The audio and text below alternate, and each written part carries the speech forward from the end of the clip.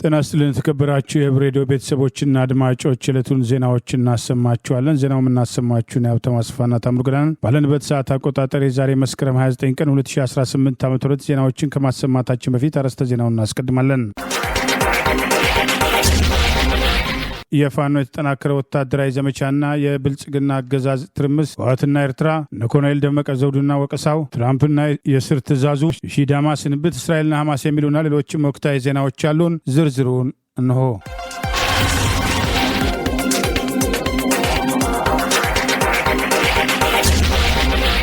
የአማራ ፋኖ ብሔራዊ ኃይል በተለያዩ ቀጠናዎች የወሰዳቸውን የደፈጣ ጥቃቶች ተከትሎ ድል መቀዳጀቱን አስታወቀ። የአማራ ፋኖ ብሔራዊ ኃይል አፋብሃ ዛሬ መስከረም 29 ቀን 2018 ዓ.ም በተለያዩ ቀጠናዎች ያሉ ወታደራዊ እርምጃዎችን አስታኮ ይፋ ባደረገው መረጃ በደቡብ አማራ ቀጠና አሳምነው ዕዝ አጼ ዘርዓ ያዕቆብ አንደኛ ኮር ቃኝ ቡድን ያገዛዙ ዙፋን አስጠባቂ ሰራዊት ላይ የደፈጣ ጥቃት ሰንዝሮ ድል የተቀዳጀ ሲሆን ባለሽርጡ ክፍለ ጦር በሰሜን ወሎ ዞን ሀብሩ ወረዳ ከአረሪት ወደ ሀብሩ ሊጎ በማበል የተንቀሳቀሰው የአብይ አህመድ ዙፋን አስጠባቂ ላይ ድንገተኛ ጥቃት ሰንዝሮ ድል መቀዳጀቱን አስታውቋል። በሰሜን አማራ ቀጠናም ዳግማዊ ቴዎድሮስ አምስተኛ ኮር በሁለት የውጊያ ቀጠናዎች የጠላት ኃይል ድል ማድረጉን ገለጸ።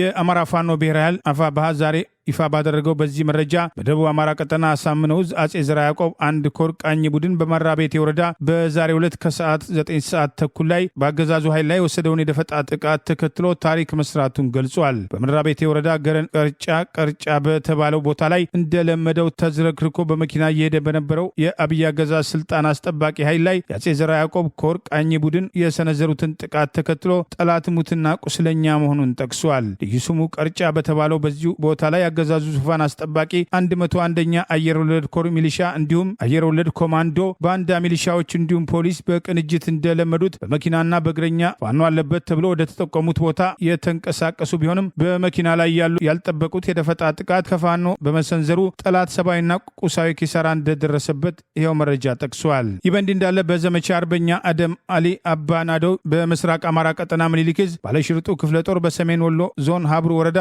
ከአረርቲ ወደ ሀብሩ ሊጎ በማበል ሲንቀሳቀስ በነበረው የአብይ አገዛዝ ዙፋን አስጠባቂ ሰራዊት ላይ አብሩ ሊጎና ዊላ ጉባ ላይ የሰነዝረውን ድንገተኛ ጥቃት ተከትሎ ሙትና ቁስለኛ ማድረጉን ገለጸ። ከሀብሮ ከተማ ተነስቶ በአረርቲ ከተማ አቆራርጦ ወደ ጊራናና ወደ ገንፎ ጨፊ ወታደራዊ ስትራቴጂክ ቦታዎችን ለመቆጣጠር የተንቀሳቀሰው የአብይ አህመድ ዙፋን አስጠባቂ ሰራዊትና ወዳደር ሚሊሻዎችን ሽርጥ ለባሹ ኮማንዶዎች ሀብሩ ሊጎና ዊላ ጎባ ሰንሰለታማ ተራራ ላይ በሰነዘሩት የተቀናጀና የተናበበ የደፈጣ ጥቃት ጠላትን ሙትና ቁስለኛ በማድረግ ገሚሱ የስርዓቱ ወታደር በሚተኮስበት ድሽቃና ሞርተር በመደናበር የሚሄድበት አቅጣጫ ጠፍቶት ሲደናበር እንደነበር ዛሬ መስከረም 29 ቀን 2018 ከጠዋቱ 1 ሰዓት ጀምሮ እስከ ቀኑ 12 ሰዓት ከ20 በቆየው እልህ አስጨራሽ ውጊያ የፋኖ ሽርጥ ለባሽ ኮማንዶዎች ስርዓቱ በዘመቻ አርበኛ አደማሊ አባናዶ ያጣቸውን ወታደራዊ ጠቀሜታ ያላቸውን ቀጠናዎች በድጋሚ ለመቆጣጠር ያደረገውን ህልም በማክሸፍ ድል መቀዳጀታቸውን ገልጿል። ዛሬ እስከ ምሽት ድረስ በቀጠለው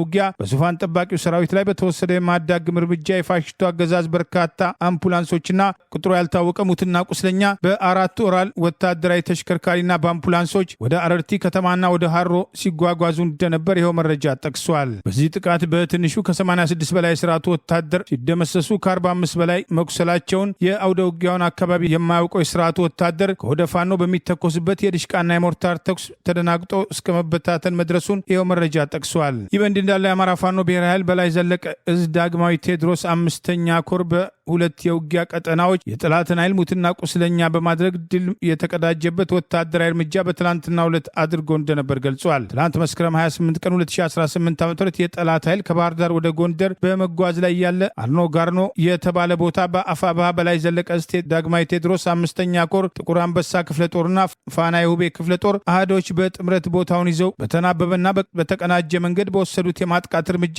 ጠላት ያላሰበውን ሰብአዊና ቁሳዊ ኪሳራ ማስተናገዱ ተገልጿል። ከአርበኛ ከአርኖ ጋርኖ መብረቃዊ ጥቃት የተረፈው የጠላት ኃይል ከማክሰኝት በቅርብ ርቀት ላይ ከምትገኘው ፈረንጅ ውሃ ወደ ተባለው ቦታ ለመፈርጠጥ የተገደደ ሲሆን ጥቁር አንበሳ ክፍለ ጦር ንስር ብርጌድ በደፈጣ የሚፈረጥጠውን ኃይል በማጥቃት ጠላትን ሙትና ቁስለኛ በማድረግ ጠላት የተንጠባጠበና የተረፈ ኃይሉን ይዞ ከምሽቱ 3 ሰዓት ማክሰኝት ከተማ ለመመሸግ መገደዱን ይኸው መረጃ ጠቅሷል። በዚሁ በሰሜን አማራ ቀጠና በላይ ዘለቀ ዕዝ ዳግማዊ ዳግማዊ ቴዎድሮስ 5ኛ ኮር በሁለቱ ቀጠናዎች ውጊያ 15 የጠላት ኃይል ሲደመሰስ 23 መቁሰላቸውን የአማራ ፋኖ ብሔራዊ ኃይል ሰሜን አማራ ቀጠና በላይ ዘለቀ ዛሬ መስከረም 29 ቀን 2018 ባወጣው ተጨማሪ መረጃ ገልጿል።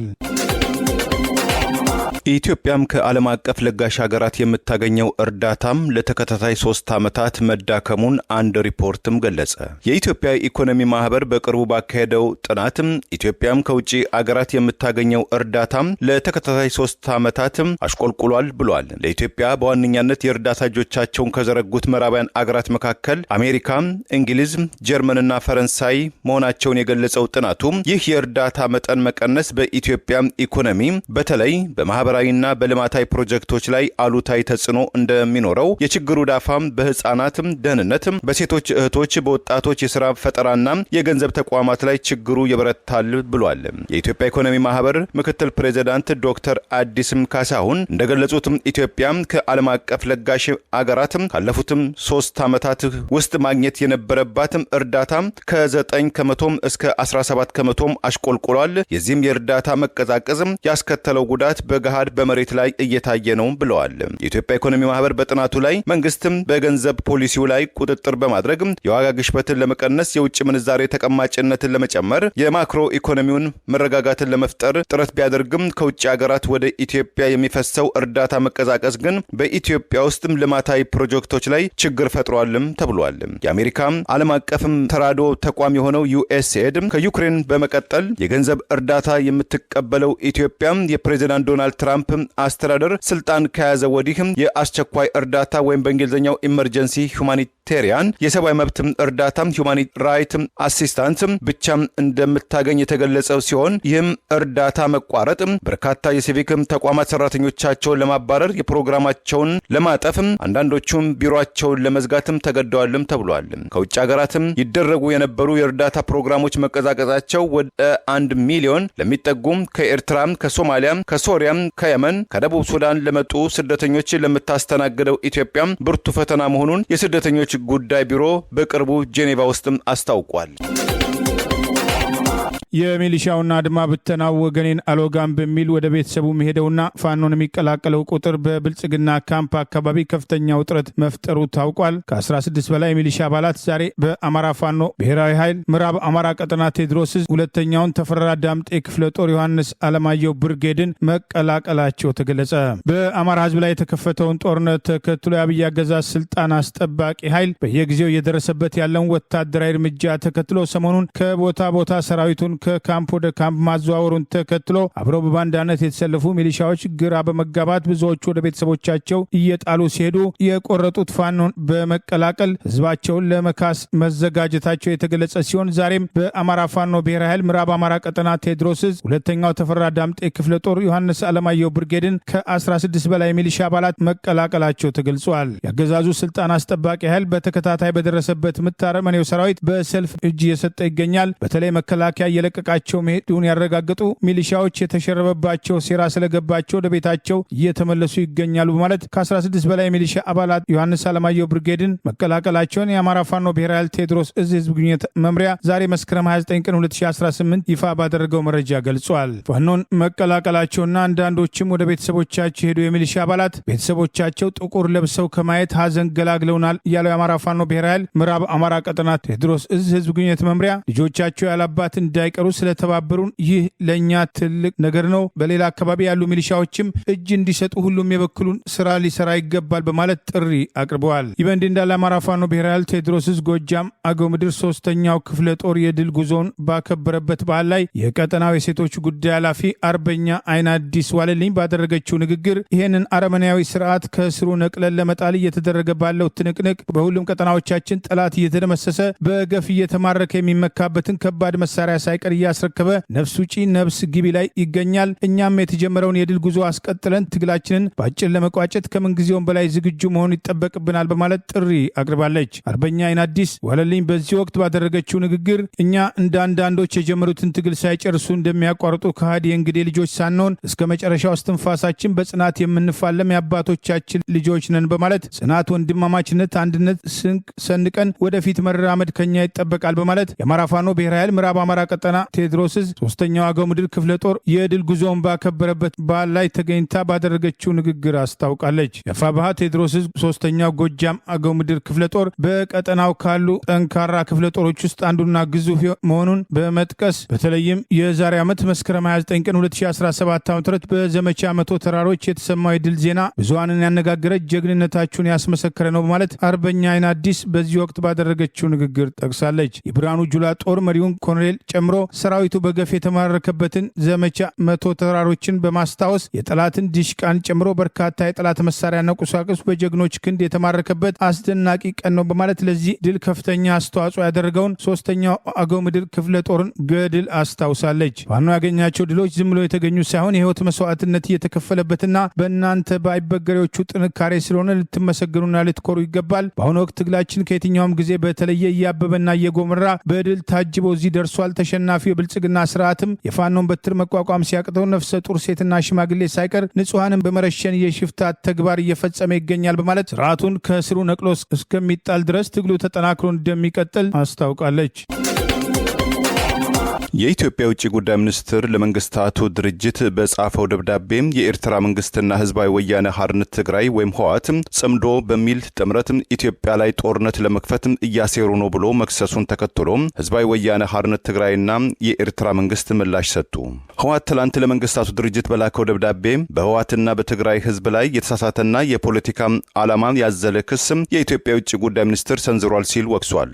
እንደዚህ ያለ የሐሰት ውንጀላም የፌዴራል መንግስት የፕሪቶሪያ ሰላም ስምምነትን በተደጋጋሚ እየጣሰ መሆኑን ትኩረትም እንዲነፈገው የሚያደርግም ማዘናጊያ ነው ሲል ህወሓት በደብዳቤው ላይ ጠቅሷል። የኤርትራው ማስታወቂያ ሚኒስትር አቶ የማነ ገብረ መስቀል ዛሬ በማህበራዊ ትስስር ኤክስ ገጻቸው ባሰፈሩት መልእክት ኢትዮጵያም ለተባበሩት መንግስታት የላከችው ደብዳቤ ድፍረት የተሞላበትና እጅግ አሳሳች ነው፣ ጅራፍ ራሱ ገርፎ ራሱ ይጮሃል እንዲሉ ሲሉም ምላሽ ሰጥተዋል።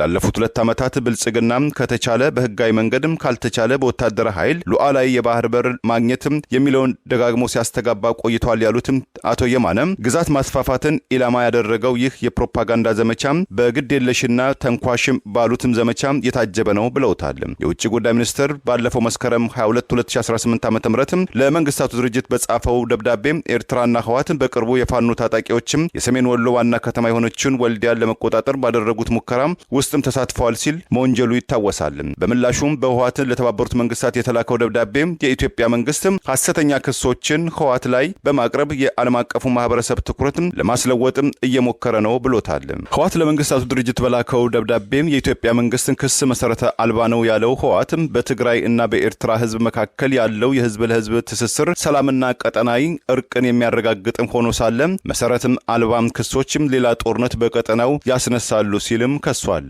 የፌዴራል መንግስትም በመሰረትም አልባም ክሶች አመካኝቶም ሌላ ጦርነት በክልሉ ሊከፍት ይመስላል ሲልም ህወሓት በደብዳቤው ላይ የፌዴራል መንግስቱን ወንጅሏል። የኤርትራው ማስታወቂያ ሚኒስትር የማነ ገብረ መስቀል በዛሬው መልእክታቸው የኢትዮጵያ ውጭ ጉዳይ ሚኒስትር የላከው ደብዳቤ አሳሳችም የኢትዮጵያን እንዲሁም የዓለም አቀፍን ህዝብ የናቀ ነው ሲሉም አጣጥለዋል። አያይዘውም ኤርትራም ከዚህ ቀደም እንዳስታወቀችው እንዲህ ወዳለው ነገር ተጎትታም አትገባም ያሉት አቶ የማነ የሚመለከታቸው አካላትን በዚህ ድርጊትም እንዳይናወጡ ሲሉም አሳስበዋል።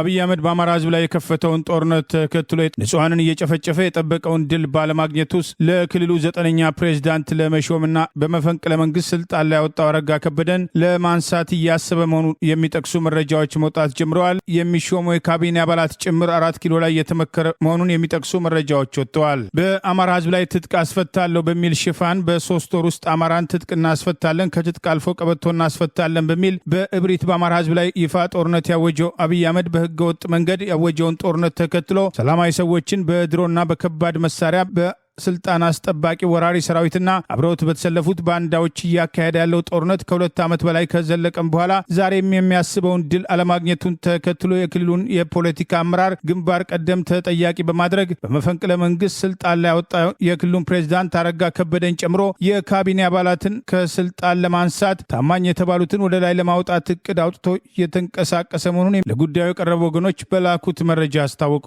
በአማራ ህዝብ የፋኖ ትግል ጭምር በሰላማዊ መንገድ ስልጣን ላይ ያወጣው አብይ አህመድ የአማራ ህዝብን በመካድ እሱ ስልጣን ከያዘ ጀምሮ 7 የክልሉ ፕሬዝዳንቶች የተለዋወጡ ሲሆን ገዱ አንዳርጋቸው፣ ዶክተር አምባቸው መኮንን፣ ተመስገን ጥሩነህ፣ አገኘው ተሻገር፣ ዶክተር ይልቃል ከፋልና በአማራ ህዝብ ላይ ጦርነቱን ካወጀ በኋላ በመፈንቅለ መንግስት ስልጣን ላይ ያወጣው አረጋ ከበደን ጨምሮ 6 ፕሬዝዳንቶች ባለፉት 7 ዓመታት የተቀያየሩበት የአማራ ክልል ዛሬም አብይ አህመድ ታማኝ ያለውን በፕሬዝዳንትነት ለመሾም የካቢኔ አባላቱንም ለመፈወዝ እቅድ አውጥቶ የተንቀሳቀሰ መሆኑን ይኸው መረጃ ይጠቁማል። በቅርቡ የአማራ ህዝብ ላይ የተከፈተውን ጦርነት ከአብይ አህመድ ጎን በመሆን የአማራ ህዝብን እስከ መሳደብ የደረሰው ህዝቡ በባንዳነት ከፈረጃቸው አመራሮች አንዱ ምክትል ጠቅላይ ሚኒስትሩ ተመስገን ጥሩነህ የአማራ ህዝብን እስከ መዝለፍ በደረሰበት በቅርቡ ባህር ዳር ላይ ያደረገውን ቆይታ ተከትሎ የክልሉን ፕሬዝዳንት አብይ አህመድ የመለወጥ ፍላጎት እንዳለው ና ይህንኑ የሚያሳይ በተዘዋዋሪ የክልሉ አመራር ግንባር ቀደም ለጥፋት ሁሉ ተጠያቂ ነው የሚሉ ግምገማዎች በማስቀመጥ በየደረጃው እርምጃ እንወስዳለን ማለቱን ይህም አገዛዙ በፋኖ የደረሰበት ያለው ወታደራዊ እርምጃ ስጋት ላይ እንደጣለው ማሳያ ሲሆን የክልሉን የጸጥታና የፖለቲካ አመራር ለፋኖ ግልጽ ድጋፍ ትሰጣላችሁ፣ ከእኛ ጋር ደግሞ እኛን ትመስላላችሁ በሚል እስከ መውቀስ መድረሱን ይኸው መረጃ ይጠቁማል። ይህ በእንዲህ እንዳለ ሰሞኑን የብልጽግናው አገዛዝ በአማራ ክልል በእነ አቶ አረጋ ከበደ አማካኝነት በክልሉ ያሉ ዳኞችና የጉባኤ ተሿሚዎችን ከወረዳ ጀምሮ እስከ ጠቅላይ ፍርድ ቤት ድረስ ባህር ዳር በሚገኘው የክልሉ ምክር ቤት አዳራሽ ሰብስቦ የአብይ አገዛዝን ጉዳይ በማስፈጸም ታማኝ ነች የምትባለው የክልሉ አፈ ጉባኤ የተባለችው ፋንቱ ተስፋዬን ጨምሮ ዳኞችን ህዝቡ በመንግስት ላይ አመኔታ እንዳይኖረው ሆን ብላችሁ ሰርታችኋል በማለት በዘመቻ ያወቀሱ ቢሆንም አብይ አህመድ በመፈንቅለ መንግስት ስልጣን ላይ ያወጣው አረጋ ከበደ በመዝጊያ ፕሮግራም ላይ ተገኝቶ ባደረገው ንግግር ተስፋ በቆረጠ አንደበት ህወሓቶች ተከሰው ወይን ቤት እንደገቡት እኛም እንገባለን፣ ሁኔታው አስደንጋጭ ነው በማለት ዳኞችን አደራ ብሎ እስከ መማፀን መድረሱን የሚጠቅሱ ተጨማሪ መረጃዎች ወጥተዋል። ይህ በእንዲህ እንዳለ ከስልጣን ለማንሳት ያሰቡትና በመፈንቅለ መንግስት ስልጣን ላይ ያወጡት አረጋ ከበደ ዛሬ በክልሉ ከወረዳ ጀምሮ ተሰብስበው የነበሩ ዳኞችን ህዝቡ በመንግስት ላይ ተስፋ እንዲቆርጥ አድርገዋቸዋል በማለት የክልሉ አፈጉባኤ የተባለችው ፋንቱ ተስፋዬን ጨምሮ ባለስልጣናት ሲወቅሷቸው የነበረ ቢሆንም አረጋ ከበደ በማጠቃለያው ላይ መጥቶ ባደረገው ንግግር ህወሓቶች ተከሰው ወይን ቤት እንደገቡት እኛም እንገባለን፣ ሁኔታው አስደንጋጭ ነው በማለት ዳኞችን እስከ መማፀን የደረሰበትና የአብይ ሚዲያ ኮርፖሬሽን የሚል ስም የተሰጠው ለስሙ የአማራ ሚዲያ ኮርፖሬሽን የተባለውና የአብይ አገዛዝን ወረራ የደገፈው የክልሉ መገናኛ ብዙሃን ጭምር ንግግሩን እንዳይቀዳ ከስብሰባው አዳራሽ እንዲወጣ ተደርጎ እንደነበር አንድ የፋኖ አመራር ይፋ ባደረገው መረጃ ጠቅሷል። ከአብይ አገዛዝ ጋር ግንባር በመፍጠር በአማራ ህዝብ ላይ የተከፈተውን ጦርነት አይተው እንዳላየ ያለፉትና በግልጽ ለአገዛዙ ስልጣን አስጠባቂ ሰራዊት ድጋፋቸውን የሰጡት እነ ኮሎኔል ደመቀ ዘውዱ የተፈናቀሉ ወገኖች ወደ ቀያቸው ተመልሰው እንዲኖሩ ለመቀበል ዝግጁ ነን ማለታቸውን ተከትሎ ጥያቄ ተነስቷል። ከወልቃይት ጠገዴ ሰቲት ሁመራ ዞን የተፈናቀሉ ወገኖች ወደ ቀያቸው ተመልሰው ኑሯቸውን እንዲቀጥሉ ለማድረግ ዝግጁ መሆናቸውን የወልቃይት ጠገዴ ሰቲት ሁመራ ዞን ከፍተኛ አመራሮች ኮሎኔል ደመቀ ዘውዱና የዞኑ አስተዳዳሪ አሸተ ደምለው ዛሬ ለአገዛዙ መገናኛ ብዙሃን በጋራ በሰጡት ቃለ መጠይቅ ላይ አዲስ አበባ ላይ ይህንኑ ተናግረዋል። በአማራ ህዝብ ላይ ጦርነት ያወጀው አብይ አህመድ የወልቃይትን ጉዳይ ይፈታልናል በሚል ዝምታ ከመምረጥ አልፈው በንጹሃን ላይ ጭፍጨፋ የሚያደርገውን ስልጣን አስጠባቂ ወራሪ ሰራዊትን በመቀለብና በአደባባይ በመሸለምና ድግስ በመደገስ ጭምር የአማራ ህዝብን መከራና ስቃይ ወደ ጎን በማድረግ ወቀሳ ሲቀርባቸው የነበሩት እነ ኮሎኔል ደመቀ ዘውዱ በቅርቡ ራሳቸው ኮሎኔል ደመቀ ዘውዱ የፋኖን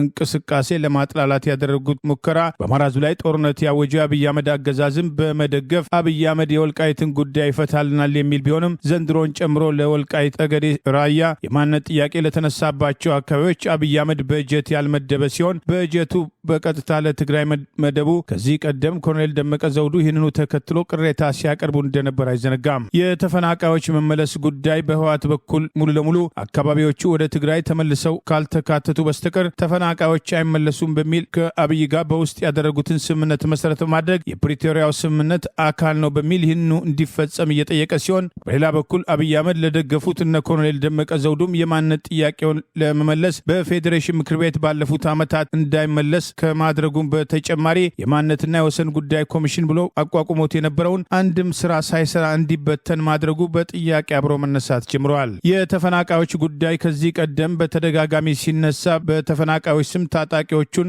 በጠለምትና በራያ ያሰፈረው ህወሓት ተመሳሳይ እርምጃ በወልቃይት ሊወስድ ይችላል። በአካባቢው ህዝበ ውሳኔ እንዲደረግ አልደግፍም ያለው ህወሓት አካባቢው ሙሉ ለሙሉ በትግራይ አስተዳደር እስካልዋለ ድረስ ስምምነቱ ተግባራዊ አይደለም በሚል በተደጋጋሚ ጥያቄ ሲያቀርብ መቆየቱ አይዘነጋም። በአሁኑ ወቅት በወልቃይት ጠገዴ የሚኖሩ በርካታ የትግራይ ተወላጆች ሰላማዊ ህይወታቸውን እየመሩ መሆኑን የተናገሩት እነ ኮሎኔል ደመቀ ዘውዱ የአማራና የትግራይ ህዝብ ለዘመናት አብረው የኖሩ መሆናቸውን በመናገር የሰሜኑ ጦርነት በተከሰተበት ወቅት ብዙዎቹ በኖሩበት አካባቢ እየኖሩ መሆኑን አስታውሰው በወቅቱ ተደናግጠው ከሄዱት መካከል ደግሞ ወደ ዞኑ ተመልሰው ሰላማዊ ህይወት መምራት የጀመሩ መኖራቸውን ተናግረዋል። እስካሁን የወልቃይት ጠገዴ የማንነት ጥያቄ ያልተመለሰበትን ምክንያት በተመለከተም የገለጹት ነገር የለም። ይህንኑ የነ ኮሎኔል ደመቀ ዘውዱ ለአገዛዙ መገናኛ ብዙሃን የሰጡትን ቃለ መጠይቅ መሰረት አድርጎ በውጭ ሀገር ለወልቃይት ጠገዴ ሰቲት ሁመራ የማንነት ጥያቄ የሚታገሉና ድጋፍ የሚያደርጉ ወገኖች በጉዳዩ ላይ ምክክር መጀመራቸውን ያገኘነው መረጃ ይገልጻል።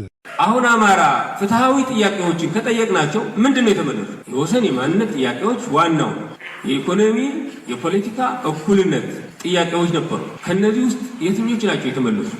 አሁንስ እንዴት ነው እየታየን ያለ ነው? እርስ በራሳችሁ መነጋገር ጥሩ። ህወሓት ትላንትና በይሁናችን ነው አገርን የገዛ አማራን አሸንፎ አይደለም። አማራ አሸንፎ ግን ውሸት። ከወሎም ሲገባም ከጎንደር ሲገባም እልል እያለ የተቀበለ ነው አዲስ አበባ ያደረሰው። ያን ያደረሰ የአማራ ህዝብ ነው። እዚያ በኋላ ደግሞ እውነት ለመናገር ህወሓት መልአክ መስሎ ነበር ከመጀመሪያው ይሰራ። አማራ በቀዝቃዛ ነገር አጠፋ እንጂ እንደአሁን ሴትም ህፃናትም በአደባባይ እየገደለ አልመጣም። አሁን ትሻለ ብዬ ተባሳ መጣሁ አይነት ነገር እያየን ነው ማለት። እንዲያውም ቲፒኤልኤፍ በበለጠ አሁን አመራሮችም እየቀየረ ራሱን እያጠናከረ መጥቶም በራሱ ኬላዎች እያደረገ ነው። ይሄን ምክንያት ምንድነው? ትጥቅም ያልተራገፈበት ምክንያት፣ እውነተኛ በተባለው ስምምነት ያልሄደበት ምክንያት ምንድነው የሚለው እኔ እንደግሌ ምንም አይነት መብራሪያ የለኝም። ምናልባት እዚህ ውስጥ የሚያቅሰው ካለ አላውቅም። ግን እንደ አማራ ማሰብ ጥሩ ነው። ይሄ ነገር ምንድነው?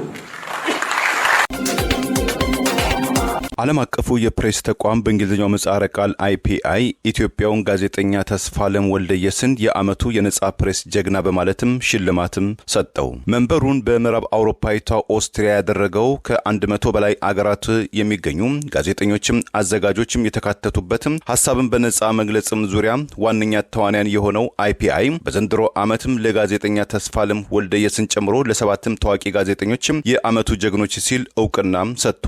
በመጪው ጥቅምት ወይም በፈረንጆቹ ኦክቶበር 24 2025 በኦስትሪያ ቪየና በሚካሄደው የሽልማት ፕሮግራም ሽልማቱን በይፋ የሚቀበለው የኢትዮጵያ ኢንሳይደር ድህረ ገጽ ጣምራ መስራችና ዋና አዘጋጅ የሆነው ተስፋለም በተለያዩ ጊዜያት ከመንግስት የጸጥታ ኃይሎች የገጠሙትን እስራቶችን፣ ወከባዎችን፣ እንከኖችን በመቋቋም ለህይወቱ ሳይሳሳም ላደረገው በአስቸጋሪ ሁኔታ ውስጥ ሙያውን በመተግበር የIPI ቦርድ የዓመቱን የጀግንነትም ሽልማትን ሊሸልመው በሙሉ ድምጽም ተስማምቷል ብሏል።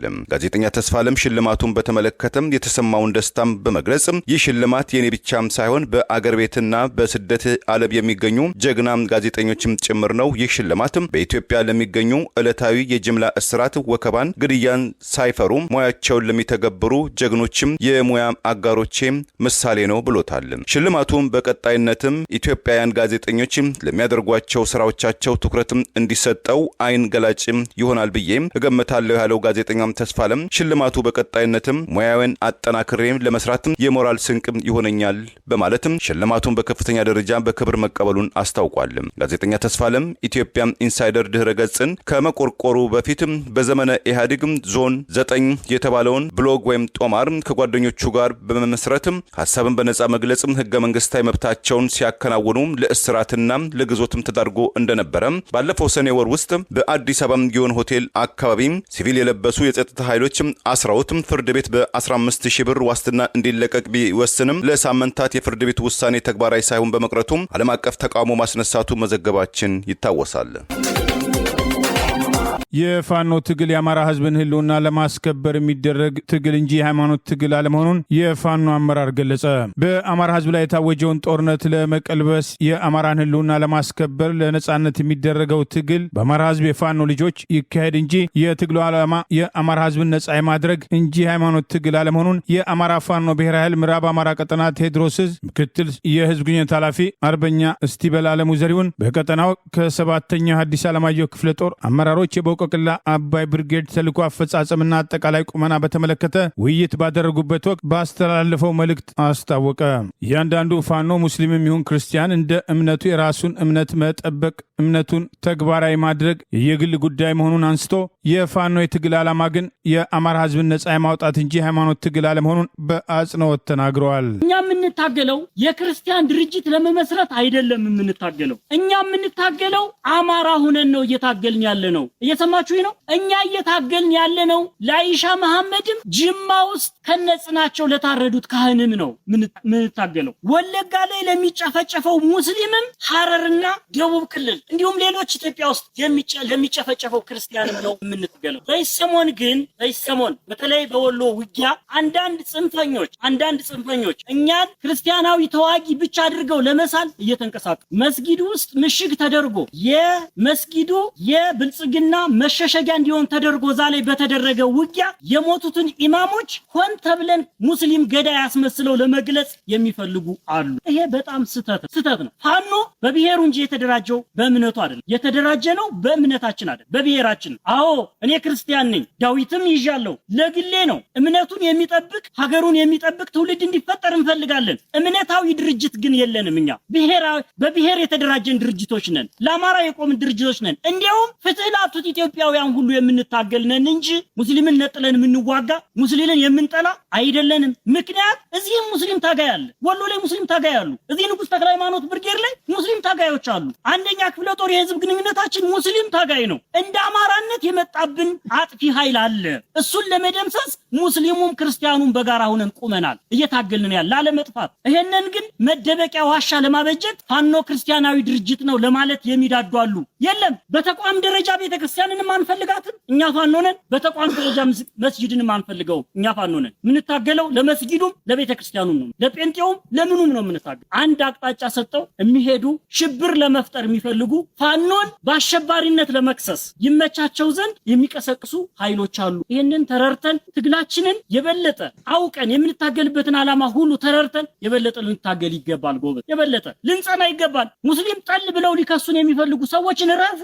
እኛ ለሙስሊም ነው የወጣ ነው፣ ለአይሻ መሐመድ ነው። ወላሂ ከዚህ በኋላ እኔ አማራ አልሆንም ላለችትና ለተሰዋችት ነው የወጣ ነው። ከዚህ በላይ ምክንያት የለኝም። እኔ አማራ በመሆኗ ነው። ለምን ታዲያ ከጮሁ ወለጋ ላይ ለሚሞተው ሙስሊም አልጮሁ? ለምን መካነ ሰላም ላይ ለሞተው ብቻ ተነጥሎ ተጮኸ? ስንት ሙስሊም ነው ከወለጋ ተፈናቅሎ ደብረ ብርሃንና ፍኖተ ሰላም ላይ በካምፕ ተጠልሎ ያለ? ለምን ስለነሱ መጮህ አልተፈለገም? ለምን ዛሬ መካነ ሰላም ላይ ብቻ ለተሰወው ወይም ደግሞ ለሞተው ኢማም ብቻ መጮህ አስፈለገ? ጎበዝ ኢትዮጵያውያንን በእምነት ሊያጋጩ የሚፈልጉ ኃይሎች አሉ። ለዚህ አንመችም። እኛ ለዚህ መመቸት ስለሌለብን አንመችም። ይሄን እንድትረዱ ግን ያስፈልግ። ኢትዮጵያን ወደ አለቀለት የእምነት ግጭት ለመክተት ይሄ መከፋፈልማ ሰልችቶን ነው ወደ ውጊያ የገባነው። በዘር መከፋፈል፣ በሃይማኖት መከፋፈል፣ በቋንቋ መከፋፈል ሰልችቶን ይሄ አያስፈልግም ብለን ይወጣል። ስለዚህ ይሄንን እናንተም ልትይዙት ይገባል። እኛ በግለሰብ ደረጃ ክርስቲያኖች ይኖራል፣ በግለሰብ ደረጃ ሙስሊም ይኖራል፣ በግለሰብ ደረጃ ጴንጤ ይኖራል፣ በግለሰብ ደረጃ የትኛውንም እምነት የሚከተል ፋኖ ይኖራል። በተቋም ደረጃ እኛ ብሔርተኞች እንጂ ሃይማኖተኞች። ግልጽ ነኝ አይደል? ግልጽ ነኝ። አዎ እኛ ብሔርተኞች ነን እንጂ ሃይማኖተኛ ታጋዮች አይደለንም። ይሄን ማንም በዓለም ላይ ያለ አካል ማወቅ አለበት። እናንተም እኛም የምናውቀው ሀቅ ስለሆነ ሊታወቅ የሚገባው ነገር። ስለዚህ አሁን ወሎ ላይ እየተደረገ ያለው ጀብድ በጣም ደስ የሚል ነው። ጋሸና ላይ ትላንትና መርሳ አካባቢ ላይ ሙሉ በሙሉ ከተሞችን እየተቆጣጠሩ እየሄዱ ነው። እኛ አካባቢ ደግሞ ገርጨጭ ላይ ትላንትና፣ ዛሬ ደንበጫ ላይ፣ ደብረ ማርቆስ ላይ፣ አማኔል ላይ ውጊያዎች እየተደረጉ ነው። ጅጋን ተቆጣጥረናል። በትላንትናው ምሽት ጅጋን አስፋልት መንገድ ላይ ነው ያለ። የሚያነቃቃ ወኔ እየመጣ ነው። ትግላችን አሁን ክፍለ ጦርና ከዛ በላይ ያሉ እዞችን የመደምሰስ አቅም ላይ ነው ያለ ነው። ገና አንድነቱ ሲያልቅ እንደ አማራ እንድንሆናለን። እንደ አጠቃላይ እንደ አማራ አንድ ስንሆን ተአምር የሚያሳይ ስራ እንሰራለን ወንድሞች። አገር ወዳድና ለኢትዮጵያ ኪነ ጥበብ ባለሙያዎች ከፍተኛ አክብሮትና ድጋፍ የነበራቸው በዋሽንግተን ዲሲና አካባቢው የታወቁት ወይዘሮ የሺዳማ ስርዓተ ቀብራቸው በዛሬው ዕለት በርከት ያሉ ሰዎች በተገኙበት በአርሊንግተን ተፈጸመ። በአርሊንግተን የሚገኘው ዳማ ሬስቶራንት ባለቤት ወይዘሮ የሺዳማ በአገር ወዳድነታቸው ለኢትዮጵያ ኪነ ጥበብ ባለሙያዎች ባላቸው ከፍተኛ ተቆርቋሪነትና ድጋፍ የኢትዮጵያ ምግብን በቀደመው ጊዜ ጭምር ዳማ የኢትዮጵያ ሬስቶራንትን በመክፈት በማስተዋወቅ ለበርካታ ለበርካታ ሰዎች የስራ ዕድል በመፍጠር አዲስ ለሚመጡ ኢትዮጵያውያን ጭምር ሰፊ ድጋፍ በማድረግ የሚታወቁት ወይዘሮ የሺዳማ በሕክምና ሲረዱ ቆይተው ከዚህ ዓለም በሞት የተለዩ ሲሆን ዛሬ በአርሊንግተን ቤተሰቦቻቸው፣ ወዳጅ ዘመዶቻቸውና የኮሚኒቲ አባላት በተገኙበት በዋሽንግተን ዲሲ በሚገኘው ቅዱስ ሚካኤል የኢትዮጵያ ኦርቶዶክስ ተዋሕዶ ቤተክርስቲያን የጸሎትና የመታሰቢያ ስነ ስርዓት ከተከናወነ በኋላ በአርሊንግተን ስርዓተ ቀብራቸው ተፈጽመዋል። ወይዘሮ የሺዳማ ከአባታቸው ከአቶ ዳማና አደም እንዲሁም ከእናታቸው ከወይዘሮ ታሜቼ ከተራ ደረፓ አቆጣጠር ሚያዝያ 1952 ዓ.ም በደብረ ዘይት ከተማ የተወለዱ ሲሆን ወይዘሮ የሺ አንደኛ ደረጃ ትምህርታቸውን በአጼ ልብነ ድንግል ወናግ ሰገድ፣ ሁለተኛ ደረጃ ትምህርታቸውን ደግሞ በልዕልት ተናኘ ወርቅ ኃይለ ሥላሴ አጠቃላይ ሁለተኛ ደረጃ ትምህርት ቤት በማጠናቀቅ በ1972 ዓ.ም ታላቅ ወንድማቸው ዶክተር ተስፋዬ ዳማ ወደ ነበሩበት ወደ አሜሪካን ሀገር ሜዲሰን ዊስኮንሲን ስቴት በመምጣት ከተወሰነ ቆይታ በኋላ እስከ ሕይወታቸው ፍጻሜ ድረስ ወደ ኖሩበት ሜትሮፖሊታን ዋሽንግተን ዲሲ አካባቢ በመምጣት ትምህርታቸውን በሃርቫርድ ዩኒቨርሲቲ እየተከታተሉ በጠንካራ ሰራተኝነታቸው የግል ስራ ላይ በመቀጠርና የተለያዩ ስራዎችን በመፍጠር ወደ ንግዱ ዓለም መግባታቸውን የህይወት ታሪካቸው ይገልጻል። በወቅቱ የስራ ትጋታቸው በማየት በአጭር ጊዜ ውስጥ እስከ ስራ አስኪያጅነት በመድረስ አጠገባቸው ላሉ ኢትዮጵያውያን የስራ እድል በመፍጠር ለብዙ ወገኖች አለኝታቸውን ማሳየታቸውም ተገልጿል። በኬኔት ኬት አቬኑ ላይ ዘብሬት ክለብ በሚያስተዳድሩበት ጊዜ በሳምንት የተወሰኑ ምሽቶችን የኢትዮጵያን እራትና መዝናኛ ዝግጅት በማድረግ ለብዙ ኢትዮጵያን የደስታ ምንጭ በመሆንና የኢትዮጵያን ምግብ በማዘጋጀት ብዙዎች የሚያስታውሱት ትልቅ ተግባር የፈጸሙ ሲሆን እንደ አውሮፓ አቆጣጠር በ1983 የተቋቋመውና ዛሬም ድረስ በአርሊንግተን የሚገኘው ዳማ ሬስቶራንት ካፒቶል ሂል አቅራቢያ በኖርዝ ካፒታል መንገድ ከፍተው ከብዙ ኢትዮጵያን ጋር ያስተሳሰራቸውን ስራ ለዓመታት በማከናወን ትልቅ አስተዋጽኦ ማድረጋቸውም ተገልጿል። የኢትዮጵያን ምግብ በተለይም ክትፎ ልክ እንደ ኢትዮጵያ በማዘጋጀት ለብዙ ወገኖች ኢትዮጵያ ምግብ ናፍቆትና ፍቅራቸውን እንዲወጡ በዚያ ዘመን በማድረግ በተጨማሪም አሜሪካ ውስጥ የነበረውን የኢትዮጵያ ሙዚቃ ህይወት በማስተዋወቅ ዋሽንግተን ፖስት ሳይቀር አስተዋጽኦአቸውን መዘገቡን የህይወት ታሪካቸው አስታውሷል። በሳምንት መጨረሻ ላይ በርካታ ታዋቂ ድምፃውያን መሐሙድ አህመድ፣ አስቴር አወቀ፣ ውብሸት ፍሳና ሻምበል በላይነህ፣ በኃይሉ መርጊያ፣ ሞገስ ሀብቴ ታምሩ ታጅበው ያቀርቡ የነበረው የሙዚቃ ምሽት በብዙዎች ዛሬም ድረስ እንደሚታወስ የህይወት ታሪካቸው ጠቅሷል። የኢትዮጵያ ሙዚቃን በማስተዋወቅ ጭምር ከክለብ አልፎ ወደ ኮንሰርት በማሳደግ በመላው አሜሪካ እየተዘዋወሩ በተለያዩ ስቴቶች ለሚኖሩ ኢትዮጵያን የሀገራቸውን ትዝታ እንዲወጡ በማድረግ በጊዜው ከፍተኛ አስተዋጽኦ ማድረጋቸውን ወይዘሮ የሺዳማ በገንዘብ በሀሳብና በጉልበት ስራ በመፍጠር ብዙዎችን በመርዳት ከፍተኛ አስተዋጽኦ ማድረጋቸውን የህይወት ታሪካቸው ይጠቅሳል። በሀገር ወዳድ ስራ ፈጣሪዋና ለበርካታ ኢትዮጵያን ኩራትን በነበሩት ወይዘሮ የሺዳማ ሞት የተሰማንን ሀዘን እየገለጽን ለቤተሰቦቻቸው፣ ወዳጅ ዘመዶቻቸውና ለማህበረሰቡ መጽናናት እንመኛለን። ለበርካታ ቤተሰብና ዘመድ ወዳጅ የመጀመሪያውን የውጭ ኑሮ ገፈት ችላ በማለት በብዙ መቶዎች ለሆኑ ወገኖቿ የአሜሪካ ኑሮ ሳይቸገሩ እንዲለምዱ በማድረግ ከመጀመሪያዎቹ እንግዳ ተቀባዮች መካከል ነበረች በማለት በህይወት ታሪካቸው ላይ ተጠቅሷል። ከውድ ባለቤታቸው ከዶክተር ፈቃደ ፎሌ ጋር የአራት ልጆች እናትና የሁለት የልጅ ልጆች አያት ሲሆኑ ሶስተኛ የልጅ ልጃቸውን በአንድ ወር ጊዜ ውስጥ ቤተሰቡን እንደሚቀላቀል የወገንና የቤተሰብ አሰባሳቢ እንደነበሩ ጭምር ይሄው የህይወት ታሪካቸው ይገልጻል። የአሜሪካው ፕሬዝዳንት ዶናልድ ትራምፕ የኢሊኖይስም ግዛትም ሀገረ ገዢውና የቺካጎ ከንቲባው እንዲታሰሩም ጥሪ ያቀረቡ። ሀገረ ገዢው ፐርቴስ ግን ፕሬዝዳንቱ የማስታወስም ችግር ወይም ዳሜንሺያም ሳይዛቸው አይቀርም የሚል ከረር ያለም ተቃውሞ አሰምተዋል። በኢሊኖይስ ግዛት ውስጥ ብሔራዊ ጦራቸውን ለማስፈር በእንቅስቃሴ ላይ የሚገኙት ፕሬዝዳንት ትራምፕን የተቃወሙት ሀገረ ገዢው ጄቢ ፕሬትዘርክ እናም የቺካጎ ከንቲባም ብረድሰን ጆንሰን እንዲታሰሩ ፕሬዚዳንትም ትራምፕ በትላንትናው ዕለት ጥሪ አቅርበዋል። ፕሬዚዳንቱም ትሩዝ በተባለው የማህበራዊ ትስስር ገጻቸው የቺካጎ ከንቲባም ለጸጥታም ሰራተኞችናም ለኢሚግሬሽን ሰራተኞች ወይም አይሲኢ ታዛዥ ባለመሆናቸው ሊታሰሩ ይገባል፣ ሀገር ገዢውም ተመሳይ እርምጃ ሊወሰድባቸው ይግድ ይላል ብለዋል። የፕሬዚዳንት ትራምፕን ውሳኔዎችን የተቃወሙት ሀገር ገዢው ፐርቴዘር ፕሬዚዳንት ትራምፕ ምናልባት የመዘንጋት ወይም ዳሜንሺያ በሽታም ሳይዛቸው አልቀረም፣ እኚህ ሰው ማለትም ፕሬዚዳንቱ በጭንቅላታቸው ውስጥ ያለውን ነገር አያገናዝቡም፣ ዛሬ ላይ ስላለው አሁናዊ መረጃም የላቸውም፣ ስለኛም ከተሞች ምንም አይነትም በቂ መረጃም አያገኙም። አለመታደል ሆኖም ትራምፕ የጦር ሰራዊቱ የፌዴራል መንግስቱ ስልጣን በእጃቸው በመያዝም የፈለጉትን እያደረጉ ይገኛሉ በማለትም ጸረ ፕሬዚዳንት ትራምፕ አስተያየታቸውን ቀደም ሲል ሰንዝረው ነበር። ፕሬዚዳንቱ ዶናልድ ትራምፕ ይታሰሩ ጥሪ የቀረበባቸው ሀገረ ገዢው ፐርቴዘር አስተያየታቸውን ሲቀጥሉ ፕሬዚዳንት ትራምፕ እኔን በህዝብ የተመረጥኩኝ የህዝብ አገልጋይን እንድታሰር ጥሪ አቅርበዋል። ይህ አመለካከት አመለካከታቸው የፍጹም አምባገነን አመራር ሊያስብል አይችልም ወይ ሲሉም ጠይቀው እኔ ግን አልሸማቀቅም፣ አልንበረከክም፣ ሁላችንም በጋራ ልንቋቋም ይገባል በማለትም ተቃውሟቸውን አሰምተዋል። ሌላኛው የዲሞክራቲክ ፓርቲ አባሉ የቺካጎ ከንቲባው ጆንሰን በማህበራዊ ትስስር ኤክስ ገጻቸው ላይ ፕሬዚዳንት ዶናልድ ትራምፕም ጥቁርን ሰው በኢፍትሃዊ መንገድ ለማሰር ወይም ለማሳሰር ሲጣጣሩ እኔ መጀመሪያው አይደለውም፣ ይሁን እንጂ የትም አልሄድም፣ ከፈለጉ መጥተው ይሰሩኝ ያሳስሩኝ በማለትም አቋማቸውን ገልጸዋል። ከሲኤንኤን ቴሌቪዥን ጋር ቃለ ምልልስ ያደረጉትም አገር ከንቲባው ፕሬዚዳንት ዶናልድ ትራምፕ ለዲሞክራቲክም ስርዓታችን ጠንቅም የሆኑ ያልተረጋጉ የተከፋፈለ አእምሮ ያላቸው ግለሰብ ናቸው በማለትም ተችተዋቸዋል። የዋይት ሀውስ የፕሬስም ኃላፊዋም አቢጌል ጆንሰን በበኩላቸው ለፎክስ ኒውስ ዲጂታል በሰጡትም አስተያየትም እነዚህ ሁለትም ሰዎችም ማለትም ሀገረ ገዢውና ከንቲባው በእጃቸው ላይ ደም አለባቸው በማለትም በቅርቡ በቺካጎ ውስጥ ለጠፋው የሰዎች ህይወትም ተጠያቂ ናቸው የሚል አስተያየትም ሰንዝረዋል። የአሜሪካው ፕሬዚዳንት ዶናልድ ትራምፕ በካሊፎርኒያ፣ በኦሪጋን፣ በቴናሲ፣ በዋሽንግተን፣ በኢሊኖይስ ግዛቶች የመከላከያ ሰራዊታቸውንና የኢሚግሬሽን ሰራተኞቻቸውን በማሰማራት ሁከትን ለማስወገድና ህገወጦችን አባራለሁ የሚል ፖሊሲያቸውን ከህዝብ እንደራሴዎች በተጨማሪም ጉዳዩ ወደ ፍርድ ቤት እያመራም ተቃውሞ እንደገጠማቸው ተመልክቷል።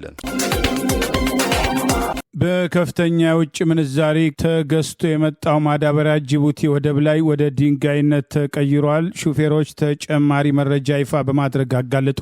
የአብይ አገዛዝ የአገሪቱን ሀብት በጦርነትና በልጭልጭ ፕሮጀክት እያባከነ ለአርሶ አደሮች በጊዜው ማዳበሪያ ገዝቶ አለማምጣቱ በወቀሳ ሲነሳ የቆየ ሲሆን ከውጭ ሀገር ተገዝቶ ወደ ሀገር ውስጥ የገባው ማዳበሪያ ጅቡቲ ላይ ወደ ድንጋይነት መቀየሩን የተበላሸ ማዳበሪያ ወደ ሀገር ውስጥ ለማስገባት መዘጋጀታቸውን ከዚህ ቀደም መረጃዎችን ጠቅሰን የዘገብን ሲሆን ዛሬ በጅቡቲ ከሳምንት በላይ የተጉላሉ አሽከርካሪዎች ድንጋይ የሆነውን ማዳበሪያ እንዲጭኑ እየጠበቁ መሆኑን የአገዛዙ ባለስልጣናት በአካባቢው ያሉ ቢሆንም የተበላሸው ማዳበሪያ ተጭኖ ወደ ሀገር ውስጥ እንዲገባ እየተሰራ መሆኑን አጋልጠዋል። በተለያዩ ጊዜያት አገዛዙ የክረምቱን ወራት አስታኮ ባለፈው ዓመት ማብቂያ ተደጋጋሚ ሐሰተኛ መግለጫ ሲሰጥ የነበረ ሲሆን ከመግለጫዎቹ መካከል በተለያዩ ጊዜያት የቁጥር ልዩነቶች ያላቸውን ሪፖርቶች እያወጣ በርከት ያለ ማዳበሪያ ወደ ሀገር ውስጥ አስገብተናል በማለት ተደጋጋሚ መግለጫ ሲሰጥ የቆየ ቢሆንም ከዚህ ቀደም በተሰጠው መግለጫ ላይ የማዳበሪያ የወጣው ፎቶግራፍ የቀደሙ ፎቶግራፎች መሆናቸው ተጋልጦ በስፋት ተቃውሞ የቀረበ ቢሆንም ይህንኑ አገዛዙ ወጥቶ እስከ ማስተባበል መድረሱ አይዘነጋም። ወደብ ውስጥ ምን አይነት ማዳበሪያ እንዳመጡ ይታያችሁ ምንም መፍትሄ አተን ይታያችሁ። ይኸው 6 ቀን ወደብ ውስጥ ምን አይነት ማዳበሪያ እንዳመጡብን አይታወቅም። ይኸው ድንጋይ ነው፣ ድንጋይ ይታያችኋል። ድንጋይ ሲፈለፈል ድንጋይ ነው እንዳለ ይታያችሁ። መፍትሄ አጣን። ጭራሽ የተበላሸ ማዳበሪያ በጣም ልንጀምር መንግስታችን። እስራኤልና የፍልስጤሙ ታጣቂ ቡድን ሐማስ በአሜሪካው ፕሬዚዳንት ዶናልድ ትራምፕ የመጀመሪያው ምዕራፍም የሰላም እቅድም ተስማሙ። አሶሲኤትድ ፕሬስም እንደዘገበው ሁለቱ ወገኖች ውጊያውን ለጊዜው ለማቆም ቢያንስም ታጋቾችና እስረኞችን ለመልቀቅም ተስማምተዋልም ተብሏል። በእቅዱ መሰረት የእስራኤል ጦር ከአብዛኛው ጋዛ መውጣት በሚጀምሩባቸው በመጪዎቹ ቀናትም ሐማስም የያዛቸውን በሕይወትም ያሉ ሁሉን 20 ታጋቾችን ለእስራኤል መንግስትም አሳልፎ ይሰጣልም ተብሏል። በምትኩም እስራኤል ፍልስጤማውያን እስረኞችን የምትፈታ ሲሆን የእስራኤል ጠቅላይ ሚኒስትር ቤንያሚን ኔታንያሁ በእግዚአብሔር እርዳታም ሁሉንም ወደ ቤታቸው እናመጣቸዋለን ሲሉ በማህበራዊ መገናኛ ዘዴያቸው ላይ አሳውቀዋል። ሐማስ በተናጥል ስምምነቱ የእስራኤል ወታደሮችን ከጋዛ ማውጣትን፣ የእርዳታ መግባትም እንዲሁም የታጋቾችና የእስረኞች ልውውጥ እንዲካሄድም ያስችላልም ብሏል። ይሁንና በእቅዱ ውስጥ ከተያዙት ጠንካራ ጉዳዮች መካከል ሐማስ ትጥቅ መፍታትን አለመፍታቱና ጋዛን ማን እንደሚያስተዳድር በተመለከተም ግን በእርግጠኝነት ጊዜው የታወቀ ነገር የለም ተብሏል። ይህ መልካም ዜና እንደተሰማ በሺዎች የሚቆጠሩ እስራኤላውያን ቴልአቪቭ ወዳለው ታጋቾችም እንዲለቀቁ ጥሪ ሲያስተላልፉበት ወደ ቆየው አደባባይ በመውጣትም ደስታቸውን የገለጹ ሲሆን ስምምነቱም ሲበሰር ፍልስጤማውያንም በበኩላቸው ከተጠለሉባቸው የመጠለያ ጣቢያዎችን በመውጣትም ደስታቸውን በሆታም ሲገልጹም ተመልክተዋል። ሐማስም ከፍተኛ ባለስልጣናትም እንዳሉትም ቁጥራቸው ወደ 2000 የሚጠጋ እስረኞች ይለቀቃሉ፣ 5 የድንበር ኬላዎችም ይከፈታሉ ብለዋል። በአዲሱ ስምምነት መሰረትም የእስራኤል ጠቅላይ ሚኒስትር ጽህፈት ቤትም ዛሬ እንደገለጸው ከዚህ በኋላ በጋዛ ሐማስ እጅ የሚገኙትም ታጋቾች በቀጣዩ 72 ሰዓታት ውስጥ ይለቀቃሉም ብለዋል። ሁለት የአሜሪካ ከፍተኛ ባለስልጣናትም የአሜሪካ ልዩ መልእክተኛ ስቲቭ ዌትኮፍና የፕሬዝዳንቱ ከፍተኛ አማካሪ ጄሬድ ኩሽነር ዛሬ ማምሻውን ወደ እስራኤል እንደሚጓዙም ተጠብቋል። በነገው ዕለት የዋይት ሃውስም ከፍተኛ ባለስልጣናትም ለቢቢሲ የአሜሪካ አጋርም ሲቢኤስ ኒውስ እንደተናገሩትም የእስራኤል ወታደሮች ጋዛ ለቀው ለመውጣትም ከ24 ሰዓት ያነሰ ጊዜ ቢወስድባቸው ነው ብለዋል። በወታሉ የተባሉትም 20 እስራኤላውያን ታጋቾችም የፊታችን ሰኞ ከቤተሰቦቻቸው ጋር እንደሚገናኙ ፕሬዝዳንት ትራምፕ ገልጸዋል። ለዛሬ ያሉን ዜናዎች እነዚህ ናቸው። ዜናውን ስታደምጡ ለቆያችሁ የህብር ሬዲዮ ቤተሰቦችና አድማጮች ምስጋናችን ድረሳችሁ። የህብር ሬዲዮ ኦፊሻል ዩቲዩብ ቻናላችንን ሰብስክራይብ ያላደረጋችሁ ሰብስክራይብ በማድረግ በተጨማሪም የደውል ምልክቱን በመጫን የህብር ሬዲዮ ቤተሰብ እንድትቀላቀሉ በአክብሮት እንጋብዛለን። እንደወትሮ ሁሉ የህብር ሬዲዮ ቤተሰቦች ፕሮግራሞቻችንን ላይክ በማድረግ ሼር በማድረግ አስተያየቶቻችሁን በመስጠት አብሮነታችሁን እንድትገልጹ በአክብሮት እንጠይቃለን። በድጋሚ እናመሰግናለን። ጤና ይስጥልን። ቸር እንቆይ።